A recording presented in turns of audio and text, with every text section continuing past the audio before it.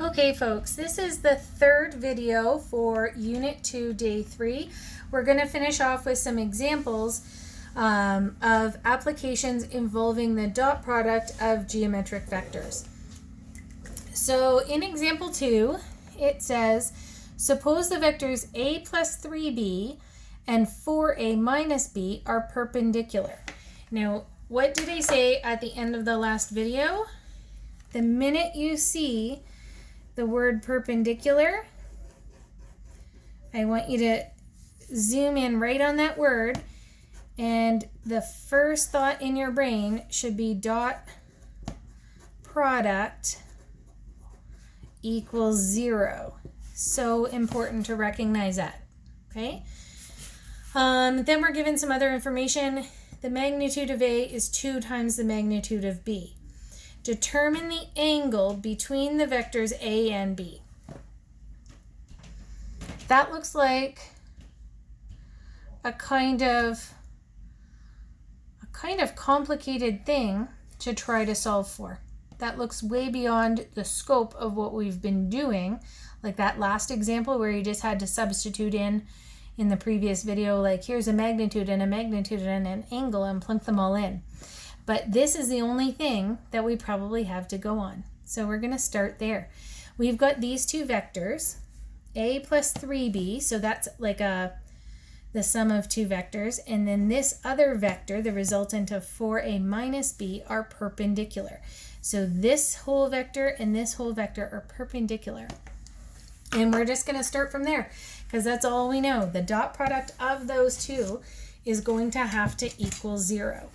So I'm going to start with that. I'm going to say a plus 3b dot 4a minus b equals 0.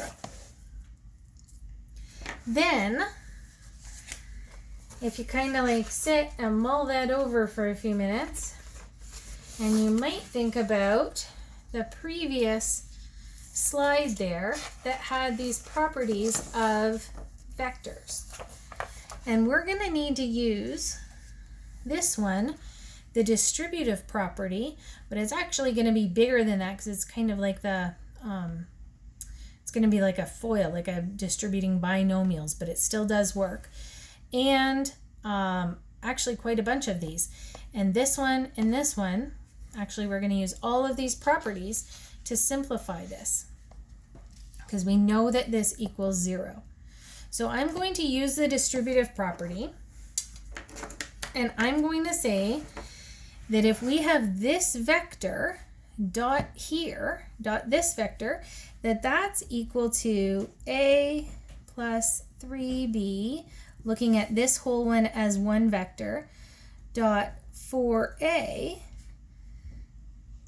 plus a plus 3b dot negative b, and that would still equal 0. So I'm taking this vector and distributing it in. So kind of like think that one over. Then I'm going to use the same distributive property and kind of the commutative property, but you know what, I may actually just kind of rewrite this. Let's use the commutative property to make this look like the opposite way around. So this is 4a dot a plus 3b, because we don't quite know that we're really allowed to like FOIL this out yet, do we? We hope we are, but... So I'm just going to kind of list the properties that I'm using. This is the distributive, and this is commutative.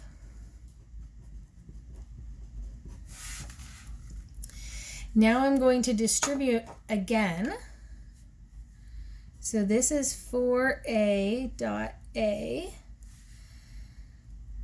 plus 4a dot 3b plus negative b dot a plus negative b dot 3b. equals 0. So I'm using the distributive property again there.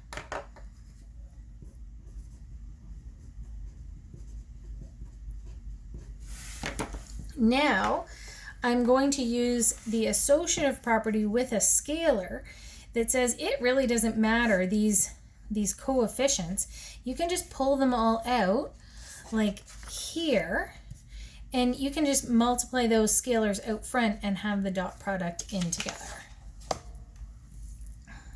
So we've got 4a dot a plus 12a dot b plus, I'm going to make that minus, and I'm going to do the commutative property here. So I'm going to make that a dot b just to make it look the same. And then minus 3b dot b. So here I use the associative property to get all of those scalars out front. Now, one more thing in here. I see that this could be the magnitude of a squared wherever I have a dot a. And I have like terms here, so I've got 11a dot b. And then minus 3, b dot b is going to be the magnitude of b squared equals 0. So that's kind of helpful. I also know that the magnitude of A is equal to 2 times the magnitude of B. So that's okay. That's worth looking at. And I know A dot B is going to be magnitude of A, magnitude of B, cos theta. So I could substitute that in as well. So I get 4 times the magnitude of A squared plus 11 magnitude of A, magnitude of B, cos theta minus 3 times the magnitude of B squared equals 0. I think I'm on the right track. Well, I know I'm on the right track, but that's okay. Now I'm going to sub in and eliminate one of my variables. I'm going to sub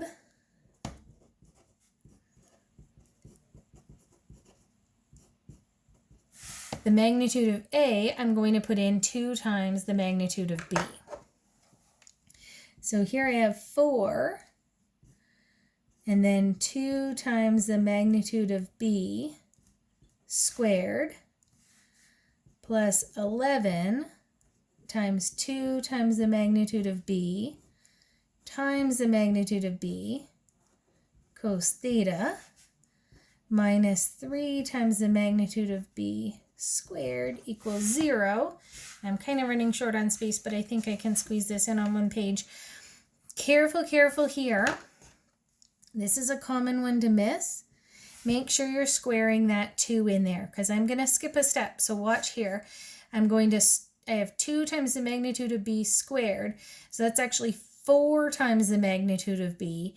And then since I'm so close to the end of my page, I'm going to multiply that in right now and see that that's 16 times the magnitude of B squared. So it's a 2 squared, then times 4. And here I have 11 times 2, so plus 22 times the magnitude of B squared cos theta. And here I have minus 3 times the magnitude of B squared equals 0. Now I have the magnitude of B squared in each of these terms. So I'm going to divide out by the magnitude of B squared every single term, and because it's equal to 0, that's okay. And I'm getting very close to the end here. So if I divide all of those ones out, then I'm left with 16 plus 22 cos theta minus 3 equals 0. And now we're really close. 22 cos theta. This would be 13, and when I bring it over, it's negative 13. Cos theta is negative 13 over 22, and theta equals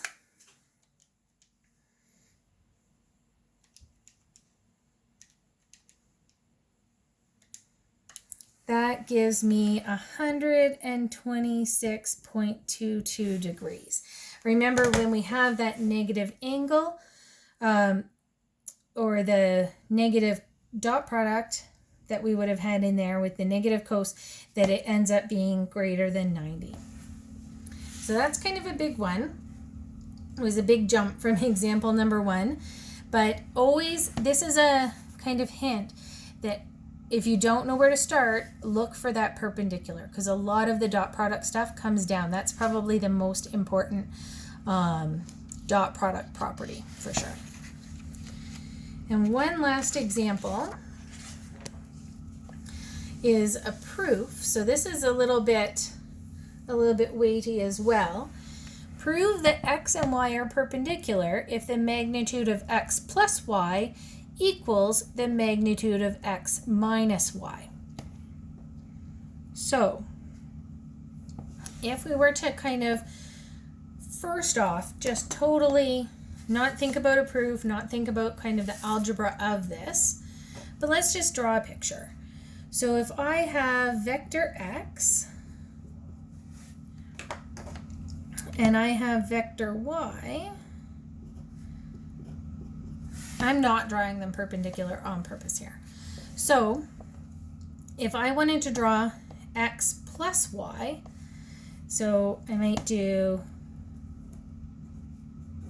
a y up there. Usually I go the other direction, that's okay.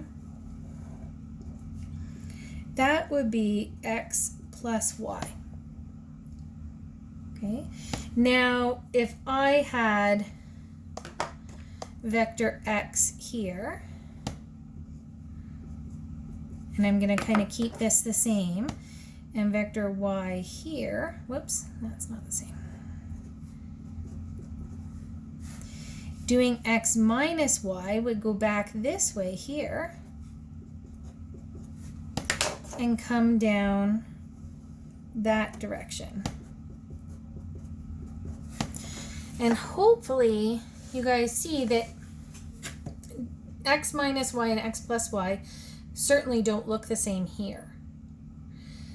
If these vectors were perpendicular though, if we kind of tilted that y up in a way that sort of took this like parallelogram shape that we get to get the x plus y and turned it into a rectangle, like scooted those up to make right angles, that would be the diagonal of a rectangle, and then this negative y would go straight down and create another rectangle the same. So that would be true.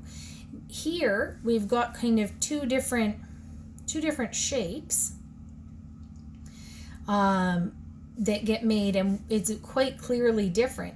But if we did have them perpendicular, so let's say x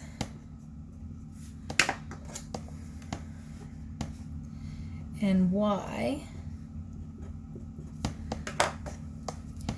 and they were at a perpendicular, and obviously this is not a proof, but if we had that same x going here and then negative y going the same way down,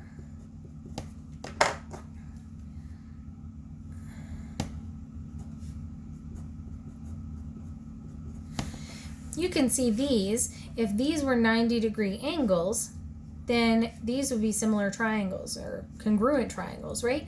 That this magnitude and that magnitude would be the same if those were 90-degree angles. But if they're not 90-degree angles, then it's very clear visually that those are not going to be equal.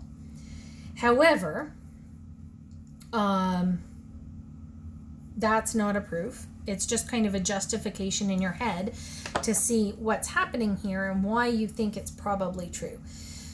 So what we actually are given here is that the magnitude of x plus y is equal to the magnitude of x minus y, and prove that x and y are perpendicular. So if we knew that these magnitudes are equal, how could we prove that they're perpendicular? So I think it does help that we're kind of in a section on the dot product, so that's maybe a clue.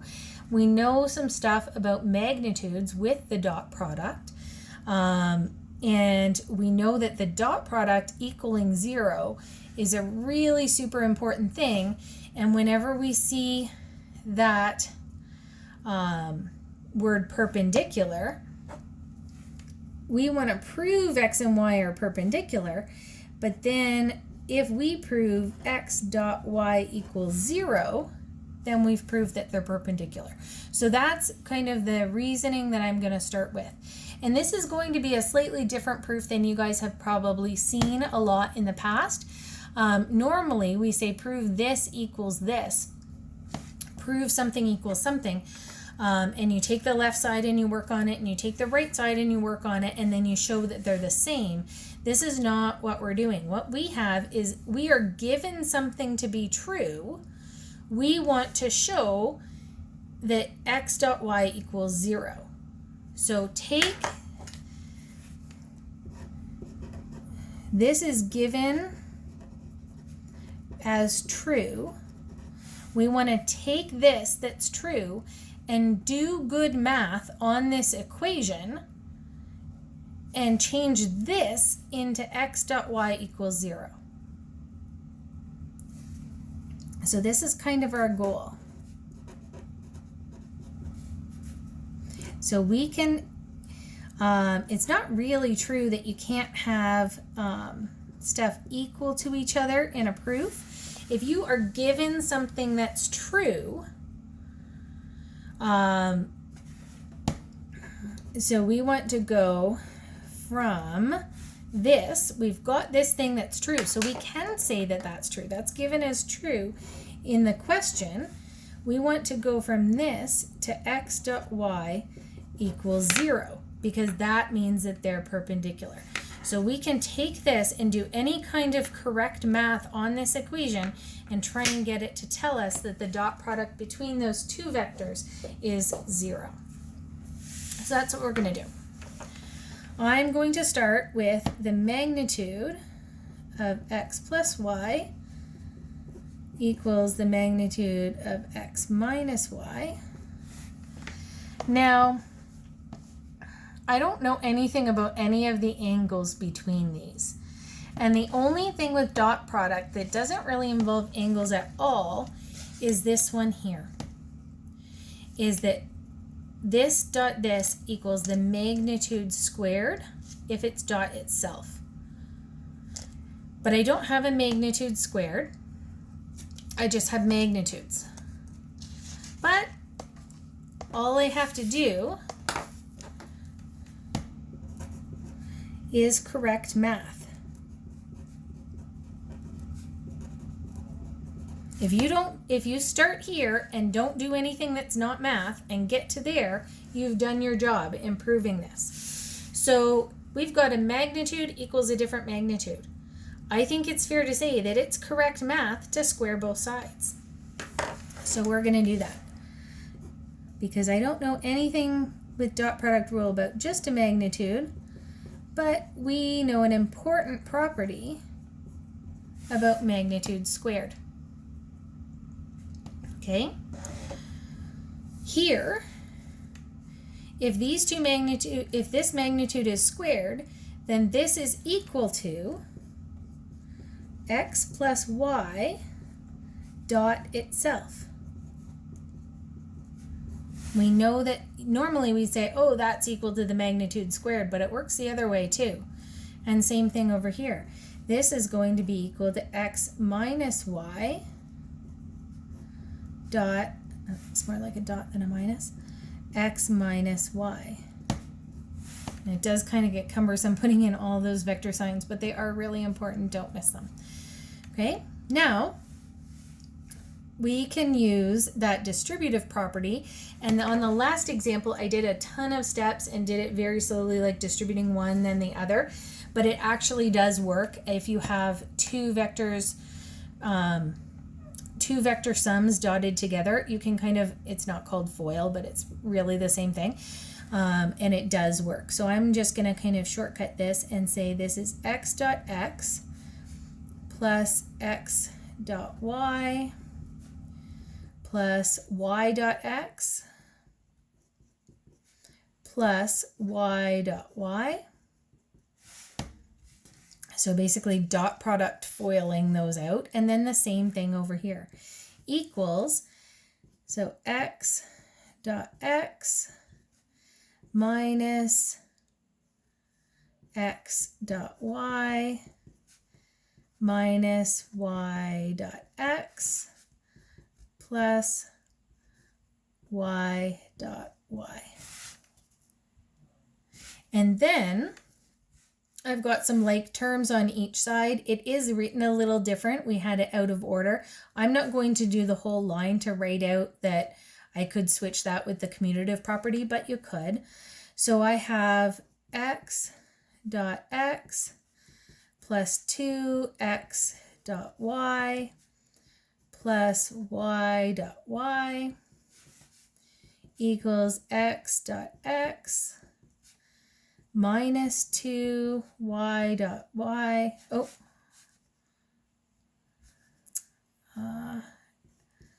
Sorry guys, that's x dot y plus y dot y. So now we have an equation here. We have to do correct math. Remember, each dot product just gives us a scalar. So we can treat these dot products, they are going to work as regular real numbers. So I can bring all this stuff over and solve this equation. You'll see that we've got an x dot x and an x dot x on both sides. So we can actually just subtract x dot x from both sides. And same with y dot y. So I'm going to bring this one. This is a minus 2x dot y, even though it's messy. So here I have 2x dot y. Bring this one minus 2 times this value. Bring it over. It's plus 2x dot y. And that's going to be equal 0. So that's really important. That was really our goal, right? And we're so close because now we've got 4x dot y equals 0, and divide out that 4. We can just say x dot y equals 0. So we know that x and y are perpendicular, assuming that they're non-zero. This probably should have said non-zero vectors, x and y. So here we just say since x dot y equals 0, therefore x is perpendicular to y. So we know that their dot product is 0. That tells us that they're perpendicular.